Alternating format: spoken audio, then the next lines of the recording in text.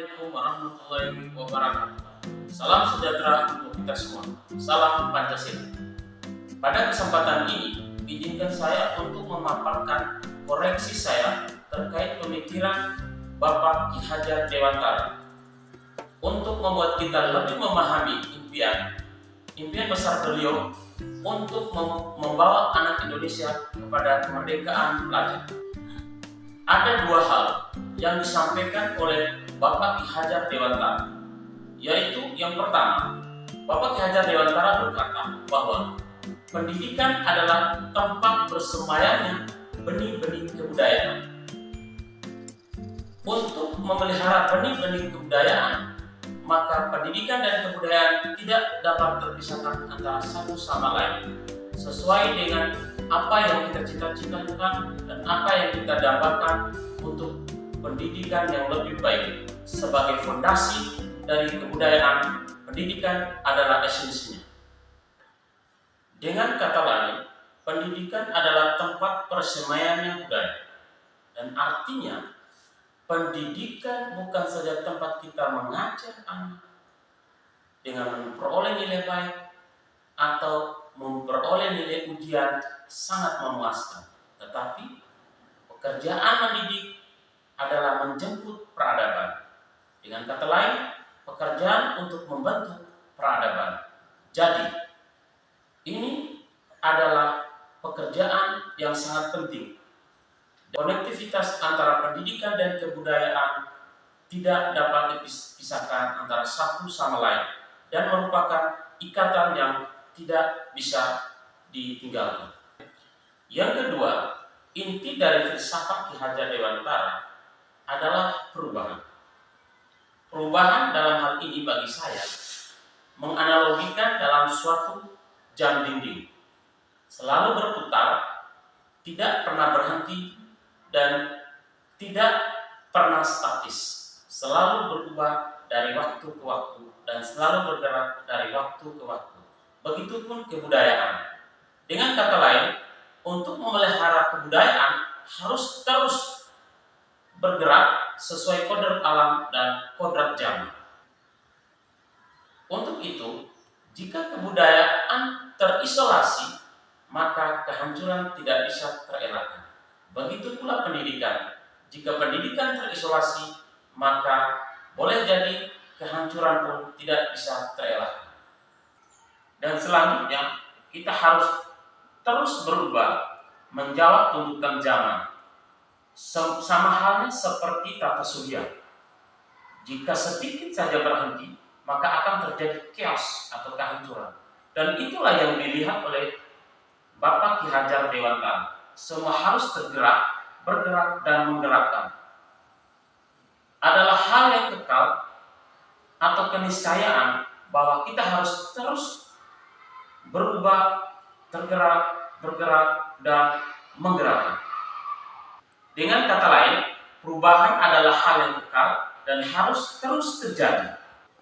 Selanjutnya, seperti yang saya kemukakan sebelumnya, analogi yang tepat adalah seperti angka-angka pada jam dinding atau jam analog.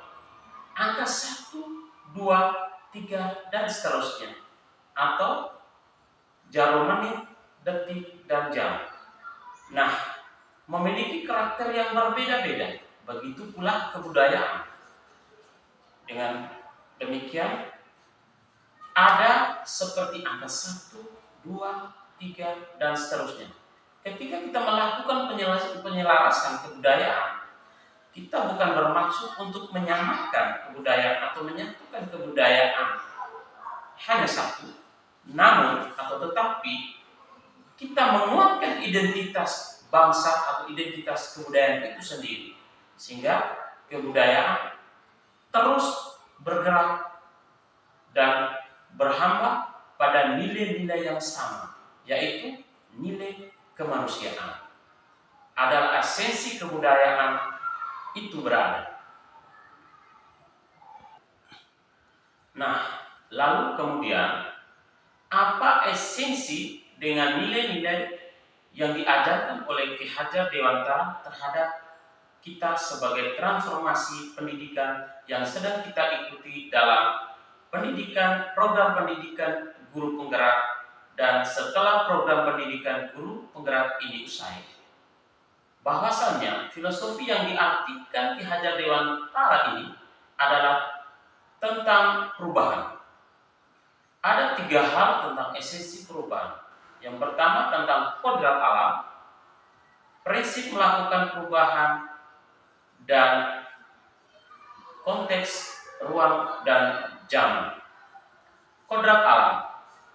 Kodrat alam yang dapat kita amati bahwa sebagai contoh, alam di masa lalu berbeda dengan alam di masa sekarang. Untuk yang demikian, bahwa perubahan harus tetap dilakukan. Yang kedua, dari kodrat keadaan adalah kodrat zaman. Bahwa zaman lampau beda dengan zaman saat ini. Untuk itu, harus tetap berubah dan adanya perubahan. Hal kedua, prinsip kedua adalah melakukan perubahan. Yang pertama dalam melakukan perubahan adalah yang pertama dialog politis dengan nilai-nilai yang tertanam pada negara atau jati diri kebudayaan kita. Yang kedua tentang peradaban untuk memperkuat nilai-nilai budaya yang kita hargai dan tidak bisa ditinggalkan. Oleh karena itu, menurut Ki Hajar Dewantara, pendidikan atau pendidik itu diibaratkan seperti seorang petani. Ketika petani menanam jagung, padi, atau benih apapun, mereka memperlakukan benih-benih itu sesuai dengan karakter benih itu, di mana benih itu bisa tumbuh subur.